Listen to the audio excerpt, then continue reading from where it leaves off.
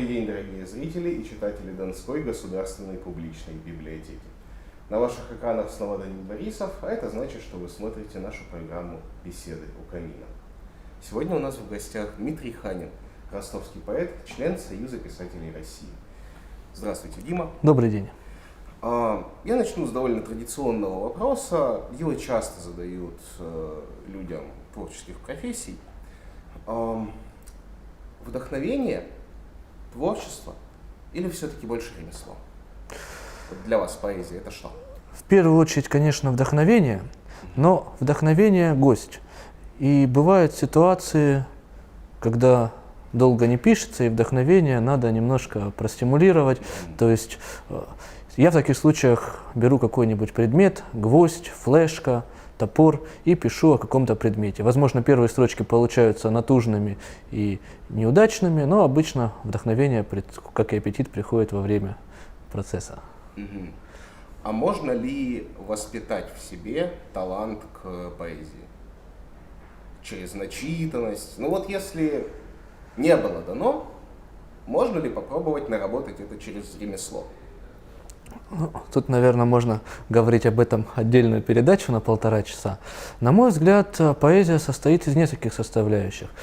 Есть техническая составляющая, там рифмы, размер, даже отсутствие штампов и так далее. Эти вещи можно, конечно, и нужно натренировать, вне зависимости от того, насколько у человека есть к этому способности. Все равно, если человек это не будет сознательно сам себя контролировать, и может быть, там с редакторами работать или, ну, конечно же, читать книги и так далее, то эти навыки у него никак не разовьются, и сколько одаренным бы автор не был, он не станет, на мой взгляд, хорошим литератором. А есть навыки, которые, на мой взгляд, нарабатываются гораздо хуже или вообще не нарабатываются. Например, образная система мышления. Вот, образность тяжелее нарабатывать. Тоже, наверное, в определенной степени воспитать в себе это можно, я думаю, но до определенных пределов. Также и какие-то мысли, взгляды, которые, конечно же, от начитанности и от опыта жизненного, и от всяких разных жизненных ситуаций, они, конечно же, увеличиваются, но тут все-таки все очень индивидуально, и с обучением в этом плане, мне кажется, и с воспитанием это гораздо сложнее. А все-таки, сколь бы автор не был технически совершенен, без образности, без глубины, мне кажется, все-таки это будет несколько второстепенно, вторично. Как вы обнаружили в себе талант к поэзии? Ну, это громкое слово «талант», потому что пишущих людей достаточно много, и многие пишут, на мой взгляд, очень даже хорошо и в Ростовской области, и за ее пределами.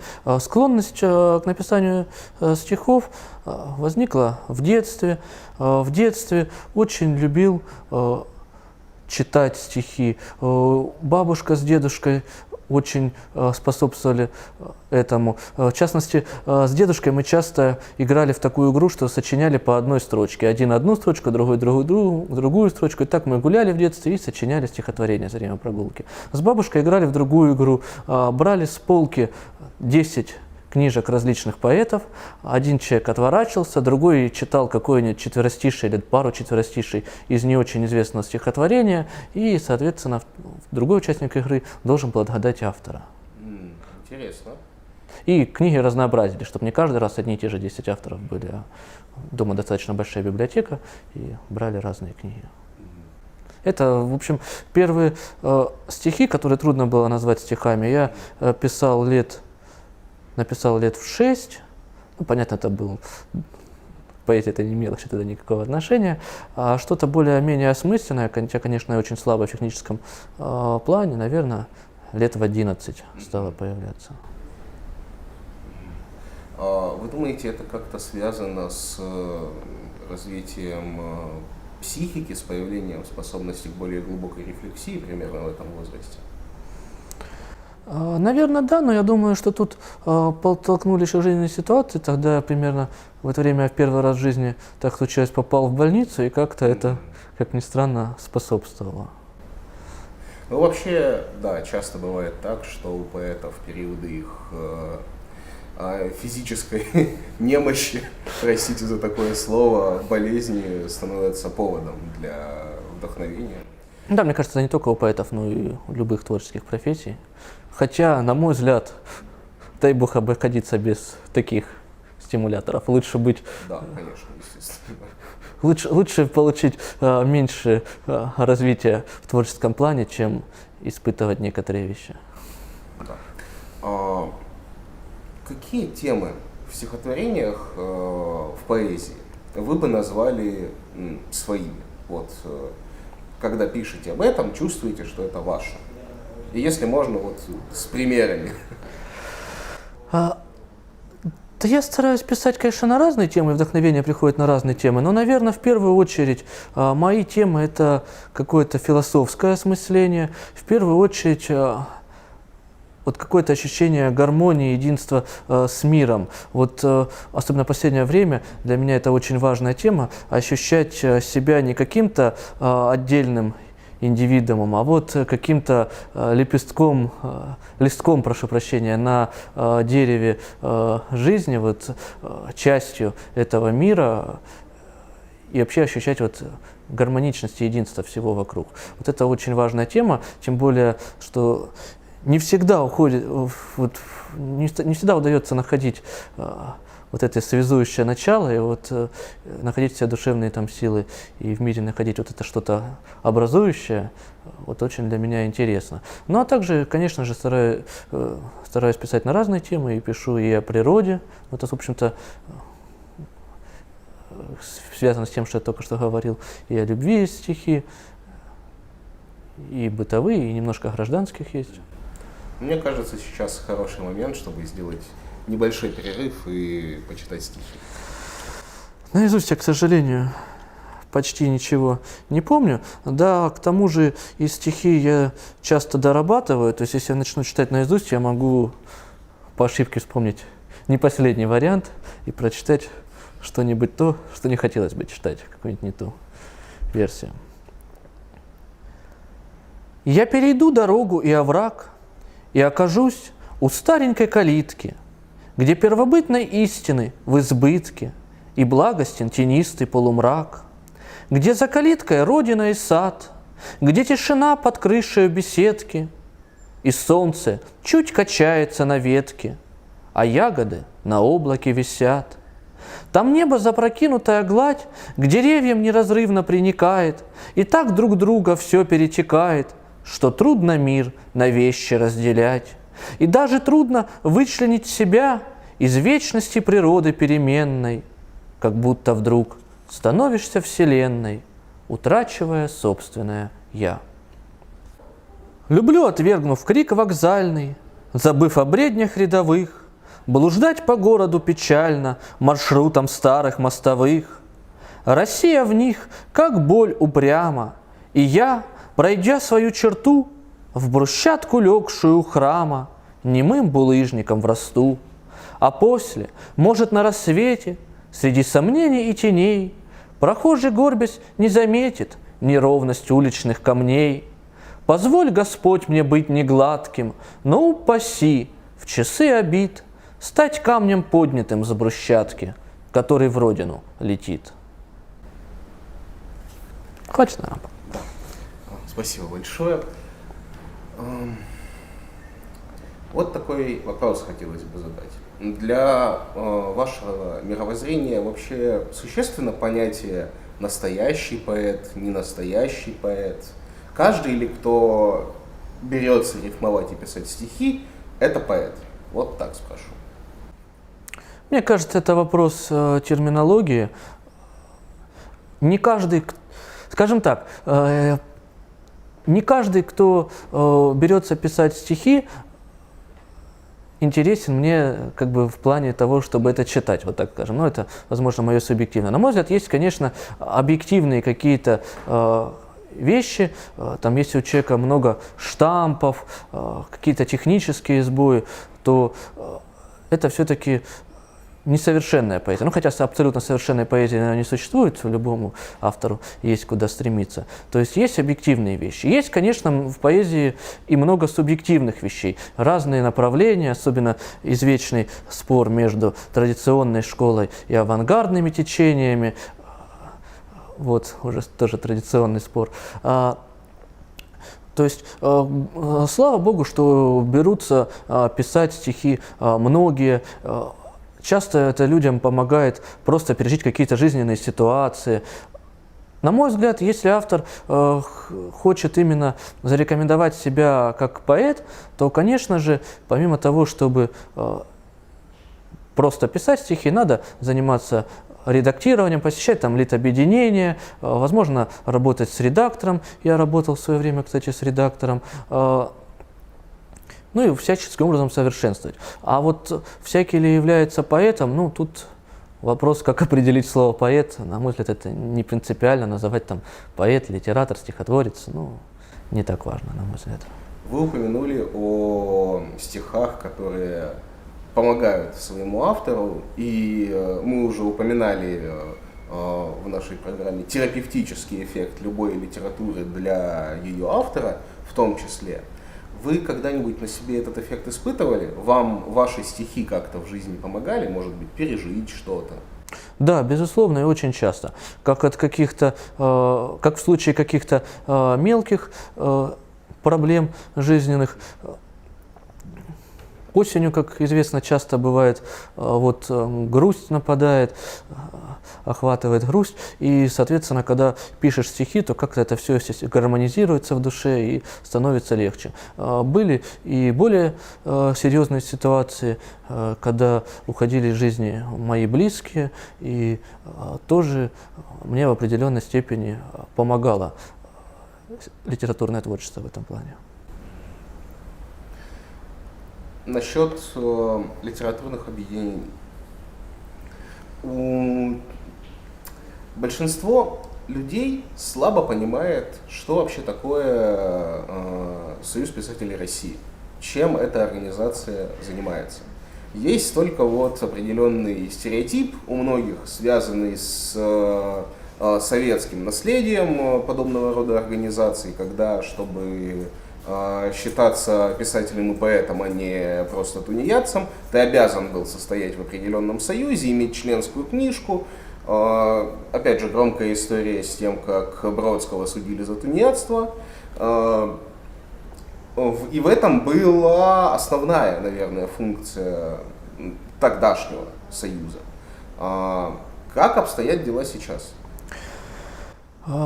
Во-первых, с удовольствием отвечу на этот вопрос. Во-первых, не совсем, не в полной мере согласен с ролью Союза писателей в советское время, потому что, да, конечно, политические аспекты играли роль, и некоторые талантливые авторы не попадали в Союз писателей советский. В то же время были, конечно, случаи, когда и не очень сильно авторы попадали, но в целом это было все-таки какое-то пересечение хороших авторов и не сильно настроенных против власти. То есть все-таки определенным критерием уровня в советское время это было. Другое дело, что да, не все поэты высокого уровня имели возможность вступить в Союз писателей, но и откровенно слабые тоже туда вступали, по крайней мере, очень редко. Это первое, что я хотел бы сказать. Современное время, опять же, в первую очередь, это что дает Союз писателей, чем он занимается. В первую очередь, это творческий обмен между людьми, это обмен книгами, обмен мнениями, обмен взглядами на творчество и жизненными. Это, во-вторых, это литературная определенная школа, потому что при Союзе писателей вот есть регулярно действующий семинар, кстати говоря, в публичной библиотеке, спасибо за предоставление этого помещения, где очень многие литераторы ходят на занятия, совершенствуют свои произведения, подсказывают им преподаватели какие-то вещи, и потом многие выпускники этого семинара вступают к нам в организацию. То есть, естественно, основным критерием при вступлении является творческий уровень, оцениваемый на общем собрании. Безусловно, идеальных авторов не существует. И к любому автору есть союза писателей, и вне союза писателей, и любому автору есть куда расти, есть над чем работать. Это безусловно. Но в целом, наверное, ответил на ваш вопрос. Да, вполне. Еще один очень распространенный стереотип. Все в нашей стране так или иначе, все хорошее стремится в Москву и Петербург. Во всяком случае, в большинстве ситуаций. Как обстоит дело с писательским и поэтическим ремеслом в провинции, ну, допустим, у нас в области? Есть мнение, что большинство хороших поэтов из Ростова, из любого другого города в конце концов просто возьмут и уедут в условный Питер, в условную Москву. Я не согласен тут, в первую очередь, по той простой причине, что в современное время литература большинство авторов никак не кормит. Почему люди уезжают в Москву, в Питер? Потому что там высший уровень зарплат. Поэтому представители многих профессий меняют работу, если есть такая возможность, и желание, если такое есть, и переезжают на более высокооплачиваемые должности. В случае поэтов и прозаиков практически все имеют основную работу, и если переезжают в Москву, то, как правило, это связано с основной работой, а не с литературным творчеством.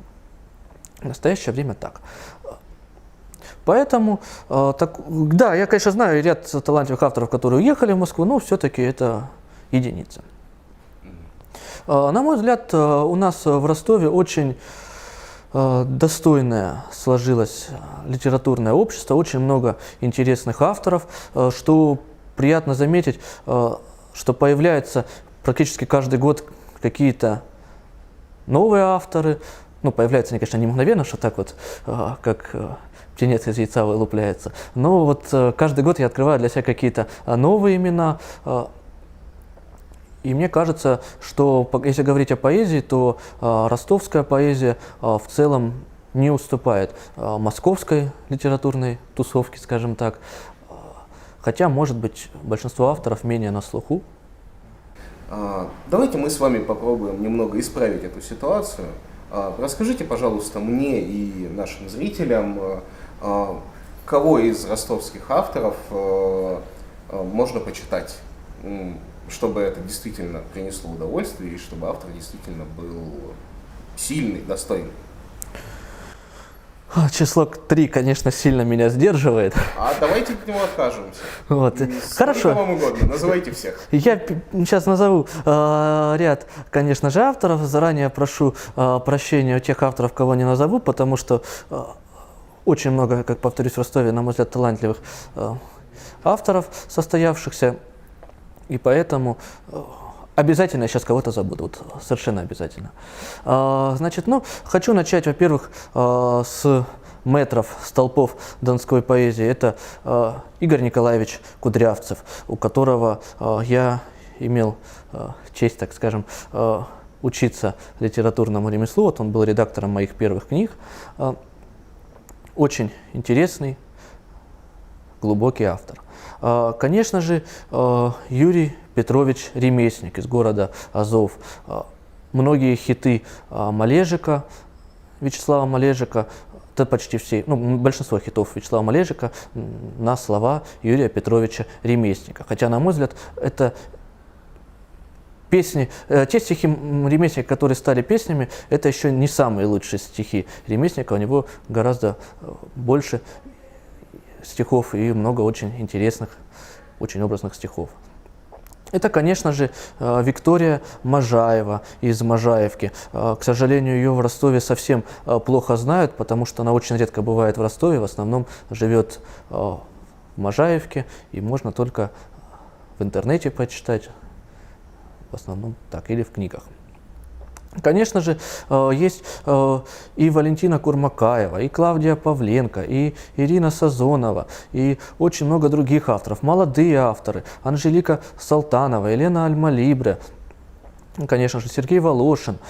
То есть тут можно перечислять довольно много авторов, ну, по крайней мере, там, несколько десятков можно набрать свободно. Но, конечно же, проблема в том, что если смотреть в интернете, там на сайте Стихи.ру и так далее, то все эти авторы растворены среди множества других, и на многих интернет-площадках, например, на востребованных литературных сайтах, наиболее высокие рейтинги получается по принципу «кукушка хвалит петуха за то, что хвалит он кукушку». И поэтому, кстати, не секрет, что Вознесенский, когда был еще жив Андрей Вознесенский, он под каким-то псевдонимом завел страничку на одном из ресурсов, кажется, на Стихи.ру, под псевдонимом. И у него было очень мало читателей, потому что псевдоним никто не знает, он активной деятельности там не вел, и, соответственно, никто его там и не оценил.